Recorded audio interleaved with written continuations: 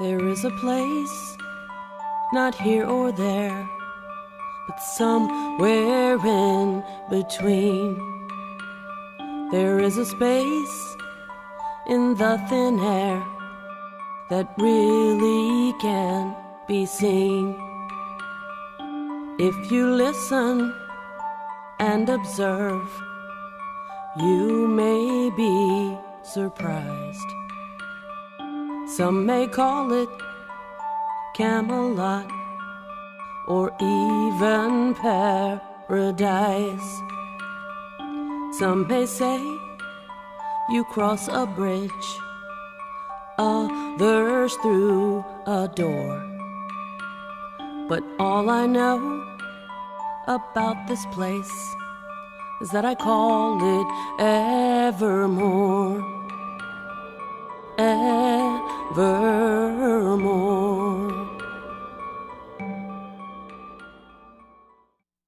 Good evening, sweet spirits. Welcome to the show. My name is Suzanne Sorrell, and I'm the host of the Evermore Paranormal Network. On this episode, we're doing a Halloween special, and that's why I'm dressed as Annabelle, the evil doll from the movie. And I also have my buddy here with me. So sit back and enjoy the show. So welcome. Hi, Kat. Hi, Suzanne. How are you? Oh, I'm fine. How about you, Jim? Hi, I'm good. How are you? So, so what are you supposed to be today, Kat, or do I already know? Oh, you already know I'm a bad witch from Pennsylvania. And how about you, Jim? I'm a Viking warrior. Okay. So we're going to talk, this is a Halloween special, so we're going to talk about Halloween, trick-or-treating, and costumes. So basically, my first question is Halloween your favorite day of the year? Not mine. It was mine back in high school. Okay. Well, what's your favorite part about Halloween, though? You get to dress up.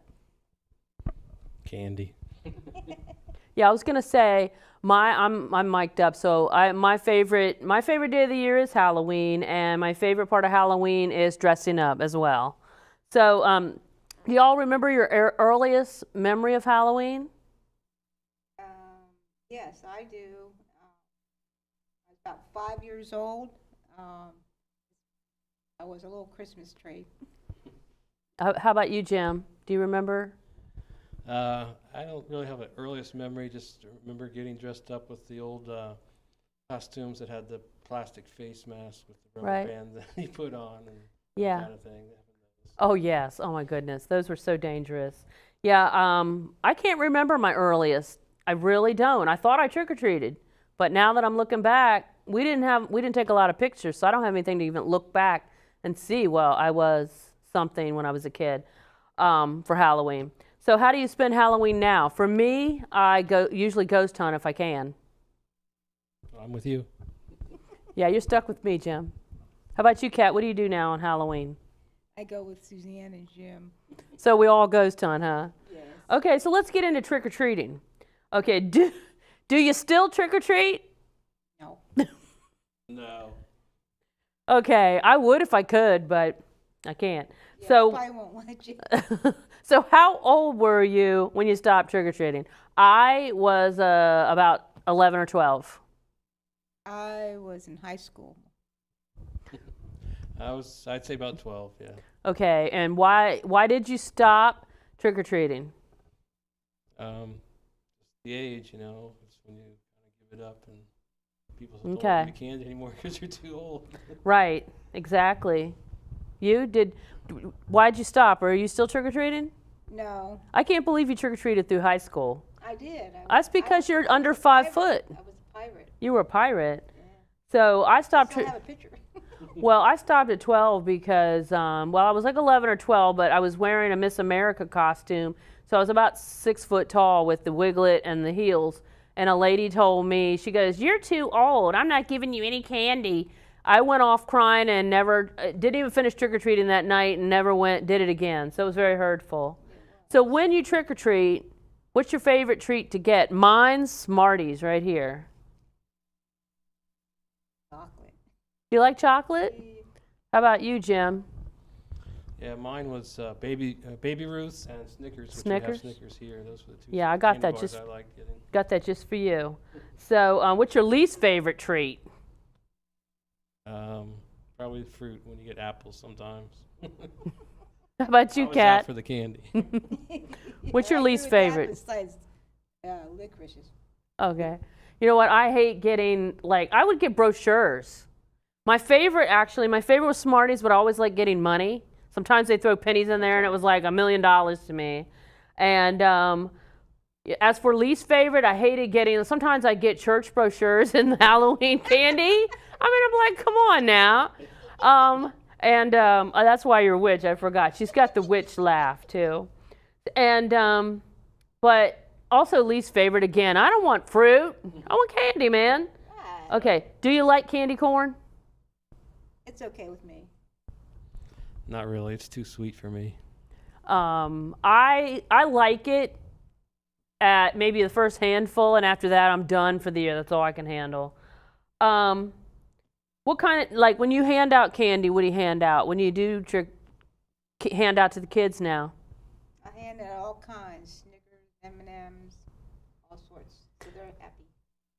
Okay, Jim, when we hand out candy? Yeah, usually chocolate because if there's any left over, then we eat it. Yeah, I agree with that That's one. true. We like to buy candy that we like because a lot of times the trick-or-treaters don't come to our house because we don't have any little kids. So they don't go to houses they don't know anymore. So for a few years, we got stuck with candy over and over. Finally said, okay, we're going to at least get something we like if we're stuck with it. So as for trick-or-treating, my last question in the trick-or-treating section is, have you ever played a prank? Because, you know, if you don't get a treat, you're supposed to do a trick. Have you ever played a prank on someone around Halloween, or has someone played a trick on you? Not that I remember, but I always ask the kids, want a treat, you gotta do a trick. Oh, you do? Uh-oh, you're asking for it, aren't you? No, I don't remember playing any real tricks on anyone, and don't remember getting any done to me.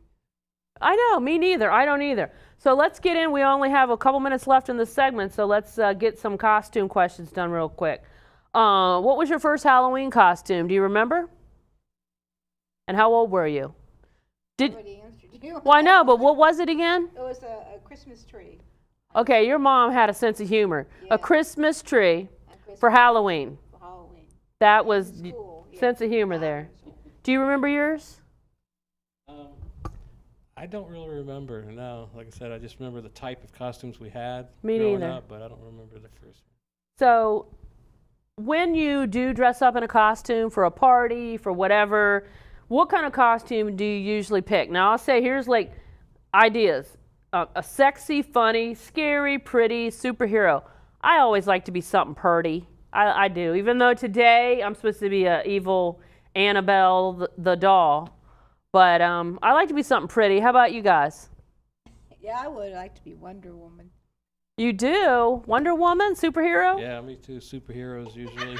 Some kind. Okay. Okay, last minute question. Last minute, like if you're invited to a party real quick, or you back in the day when you need to go out trick-or-treating at the last minute, you decide to go, what kind of costume do you throw on? Last minute. Jim, you have the same as I do. You want to just tell them what yours was real quick? A hobo, because it was quick and easy. Just a couple items and you're good to go. I think that was the last costume I ever wore, too.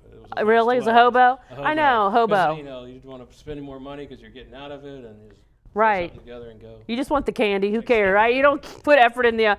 How about you? If you were, like, last minute invited to a party, what would you be real quick? I tear his sheets off the bed as a ghost. Oh, my gosh. Okay, so not including today, what was the last costume that you wore? It was about 5 years ago. I was a Spider Princess. My mom made the outfit. What were you? What were you guys? We're on our last couple questions here. I was a witch, but I had a different color hair. Okay. Yeah, I think I remember. White hair. How about you, Jim? What were you the last costume that you wore? You're looking at it. This is what I wore. Okay, so why are you wearing that again? You know, it was an expensive costume, right? That's right. I think it looks good. Okay. So have either of you ever won a costume contest? If you did, what was the category, prize, that kind of thing? Did I know? No. I think I've won a costume. I actually remember I was at a party and I was dressed as a bunny, but I was wearing a nurse dress. And I think I was supposed to be cute, but I won like funny. That's not nice when you win the wrong category. I think I won a candle or something. I was just like, what? So our last question for this segment is, what is your favorite all-time costume that you've ever worn? You guys can go ahead because I don't know my answer. Either of you? Jim? I don't know. Probably the one I got on, yeah. Yeah, probably I got on too. I guess too. I guess that's it. So we're going to take a quick break and we'll be right back.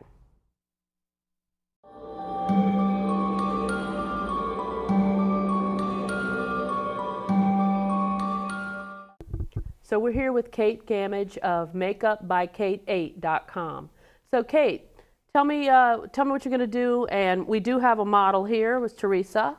I'm using it's made with Prozaid. It's it's like a medical adhesive. It's a transfer made with Prozaid, and it's for people that are like allergic to latex and stuff. Like we can use these on them, and they're transfers. This happens to be a zombie bite.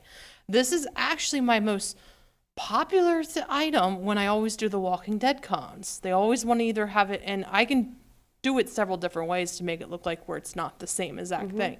And it's interesting once you do it on several people, you realize like, oh yeah, you can make it different. Sometimes it looks like a werewolf bite, sometimes it looks like a zombie, sometimes it just looks like someone just like taking like a cat. And now, so they like this bite. Where do they usually want the bite? I know you're doing it on the hand. Sometimes it's the hand, sometimes it's the neck. It's very popular on the neck.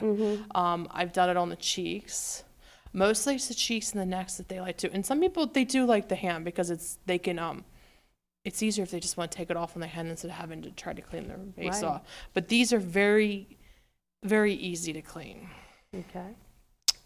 Normally on this one, I would cut it and make it rounder so I don't have now I'm having to blend in the edges because today I forgot scissors. I was rushing out of the house at 6 o'clock in the morning to get here. Oh, I know. And so it was, I've been doing this for a few years. Mostly the Walking Dead cons, been featured on the media on the Walking Dead cons. Right. And I will officially tell you that Norman Reedus does approve of my makeup.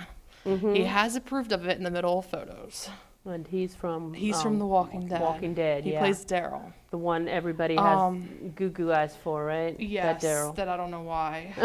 I'm not. Okay. I'm not. I know. I don't have the googly eyes, and he's not attractive to me. I know. I'm not either. And I'm not interested in. But I know a lot of people are. Jeffrey D. Morgan, though, in person, he's a good-looking man. I'll have to check him out.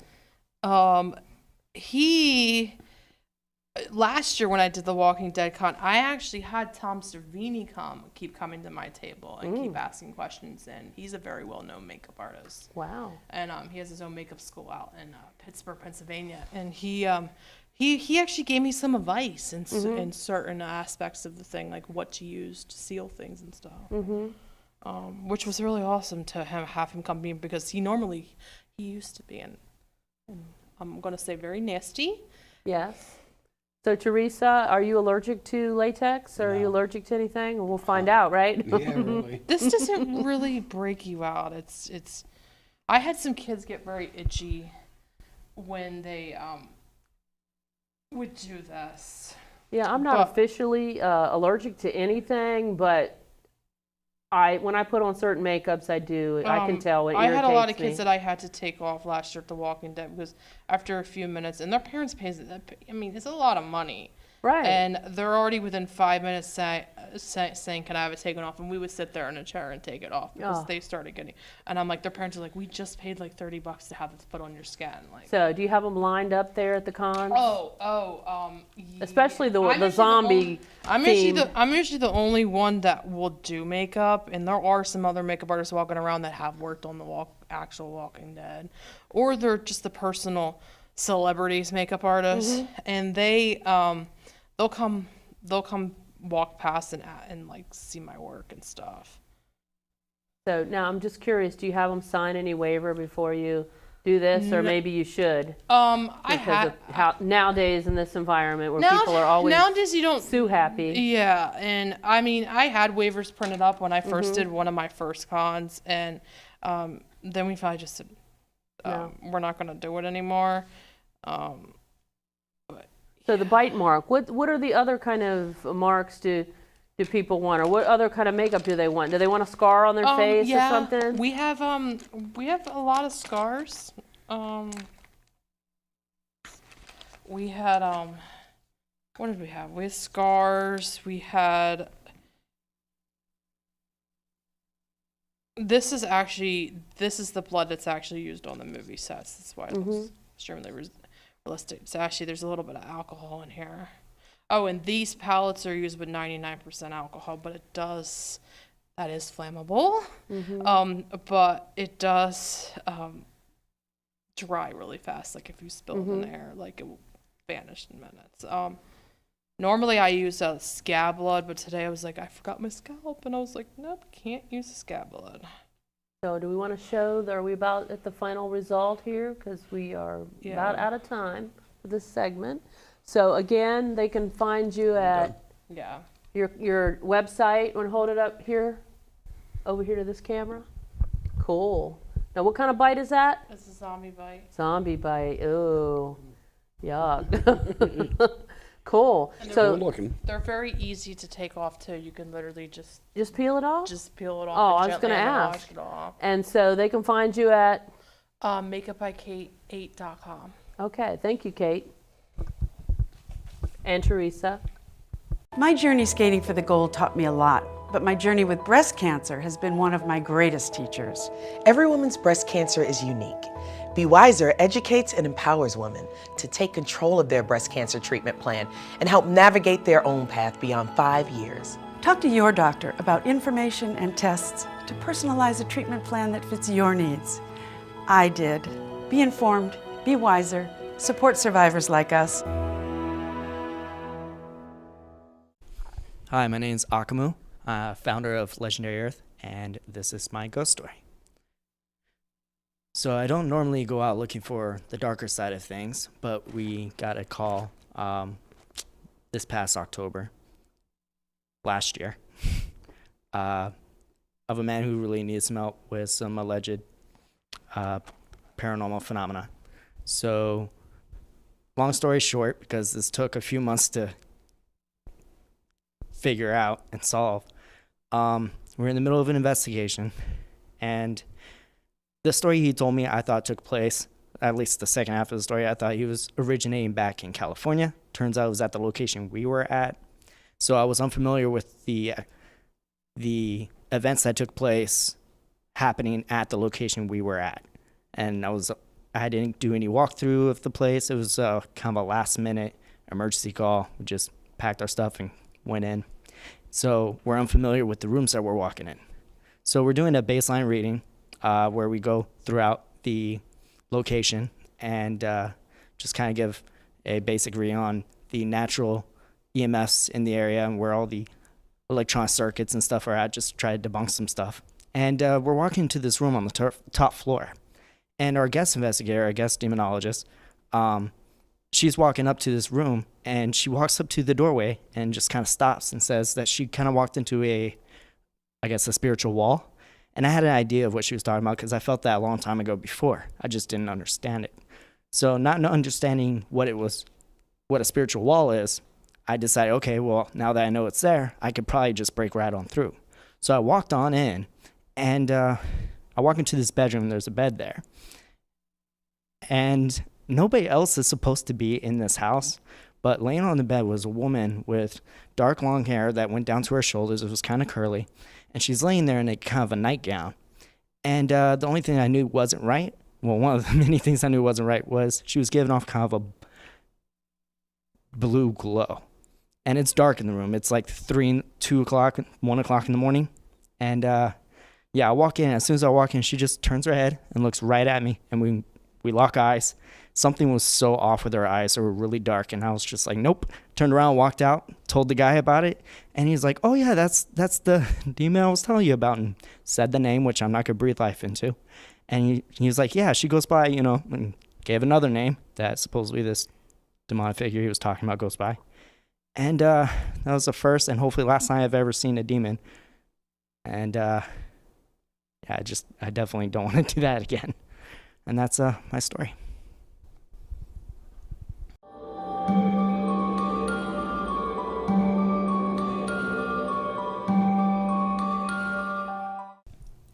Hi, I'm Allie, and this is my ghost story.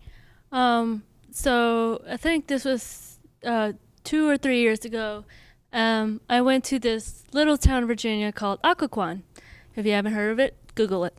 But it's a little town. Most of it is 80% haunted. And I went into this restaurant/inn called Occoquan Inn, and me and my boyfriend Akamu went inside this little inn since he knows the owner at the restaurant, and we went upstairs, and there's a ghost, a Native American ghost there by the name of Henry. And so he told me about it, and I wanted to kind of see the place and see if I can get any communication, since I had my spirit board or spirit box with me, and so we went upstairs, and we tried to communicate with Henry because he's apparently very friendly with females. So I was able to use my spirit box and actually he actually responded to a lot of my questions. One of them was I had sage in me, and I put it down on a table, and I asked, do you know what this is? And through the spirit box it said sage. And one of the things I kept feeling around me was the male presence of a Native American. And when we're leaving, actually, he actually grabbed my butt. That was one thing.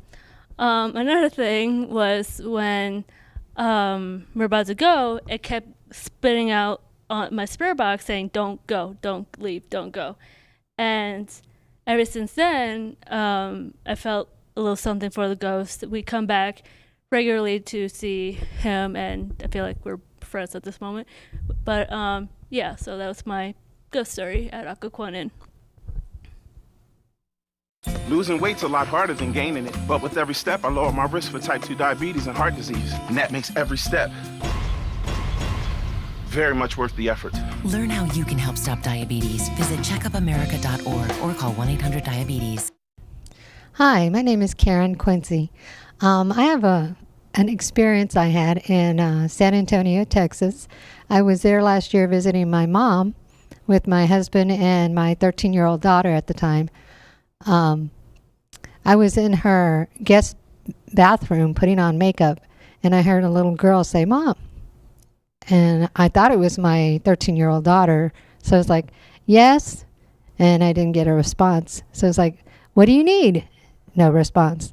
So I go to where I knew she was in one of the guest bedrooms, and I opened the door and I looked at her and I said, "What do you want?" And she goes, "I didn't call you." And I was like, "Okay." So I kind of just blew it off. And then a few days later, I was in the same bathroom and had the same thing happen to me. I heard a little girl say, "Mommy." And I went to my daughter, same thing. She said, "I didn't call you." So I just like, okay, that's fine. And about 3 days later, I was sitting in my mom's living room with my mom and my husband, who is a non-believer. And we're all sitting there, and he looks at me and he says, "Erica just called you." That's my 13-year-old. And I looked at him and I said, "I didn't hear her call me." And he goes, "Yeah, I just heard her call you." And I'm like, okay. So I went over to where I knew she was in the bedroom. And I said, "What do you need?" And she goes, "Mom, I didn't call you." I was like, okay. And of course, my husband, a non-believer, heard this. So I walked up to him and I said, "Are you sure you heard her call me?" "Yeah, I heard her call you." And I was like, "Well, she says she didn't call me." And he goes, "I heard her call you." And I'm like, well, okay. Well, we were there for a week, and then we headed back to Virginia, home. And my husband and I are in the living room, and we both hear a little girl say, "Mommy." And of course, when we asked our daughter, she didn't say anything. That's it. So thank you for watching the Evermore Paranormal Network. Hope you had some fun. Until next time, peace out.